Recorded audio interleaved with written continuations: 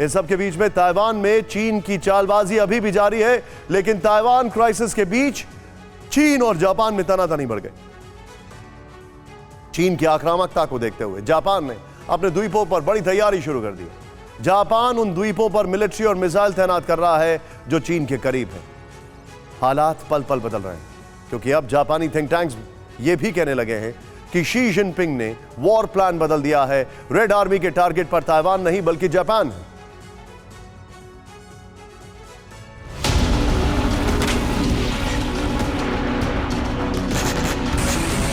ये मिसाइलों का शो, समंदर में मिलिट्री पावर का जबरदस्त जोर।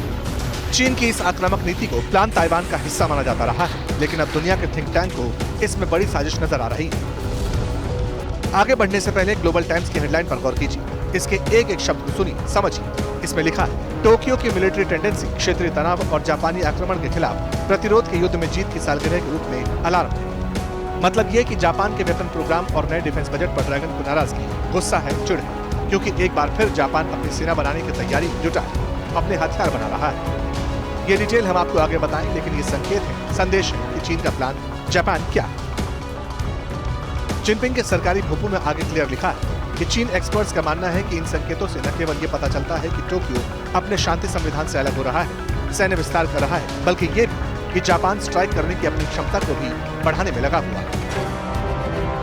अब इसे ऐसे समझिए कि अब तक तो ये सब जानते हैं कि चीन एक साथ कई देशों के साथ फ्रंट खोल चुका है। इसमें भारत और ताइवान तो पहले से ही शामिल है, लेकिन उसमें अब जापान भी शामिल हो चुका है। दोनों के बीच नए सिरे से टकराव की आशंका बढ़ गई है। अब इसकी वजह जान लीजिए। जापान ने चीन को एक साथ कई झटके दिए हैं। पहली बार जापान के डिफेंस मिनिस्ट्री ने $40 बिलियन के बजट का प्रपोजल रखा है। खबर यह भी है कि यह आंकड़ा अगले 2 साल में $72 बिलियन तक पहुंच सकता है, जो जापान की कुल जीडीपी का 2% हो।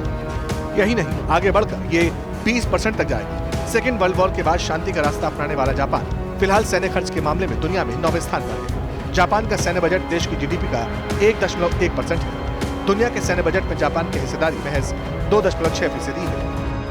इस प्रपोजल से चीन भन्ना गया। जापान के डिफेंस मिनिस्ट्री ने चेता दी कि सेकेंड वर्ल्ड वॉर के बाद पहली बार दुनिया अपनी सबसे कठिन चुनौतियों का सामना कर रही है। लिहाजा जापान की नजर हाइपरसोनिक टेक, लंबी दूरी की मिसाइलें और अटैक ड्रोन पर है, ताकि चीन का मुकाबला कर सके।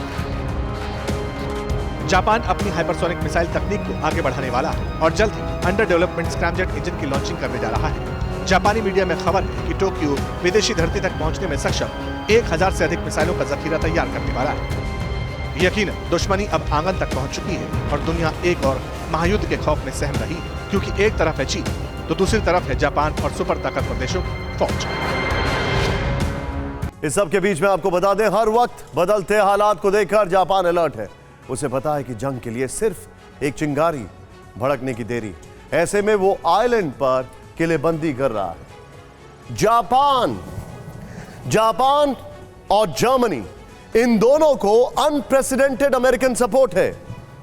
लेकिन क्या ये अपनी हिस्ट्री से बाहर निकलकर खुद कुछ अनप्रेसिडेंटेड कर सकते हैं, कुछ अप्रत्याशित? सोचने वाली बात है।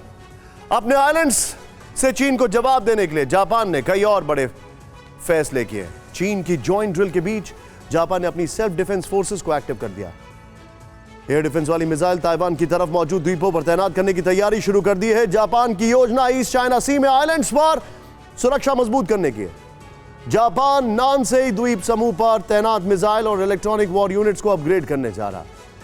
जापान की डिफेंस मिनिस्ट्री के मुताबिक ये यूनिट्स क्यूशू से ताइवान से के पास तक फैली हुई है। यह युद्ध होने पर दुश्मन के संचार और रेडार को जाम करने में सक्षम। इसके साथ ही जापान इशिगाकी आइलैंड पर भी एक ground self defence force garrison तैनात करने वाला है। यहां एंटीशिप और सतह से हवा में मार करने वाली मिसाइल बैटरी भी तैनात की जाएगी। इसी तरह की यूनिट्स अमामी, ओशिमा और मियाको आइलैंड पर भी तैनात किए गए।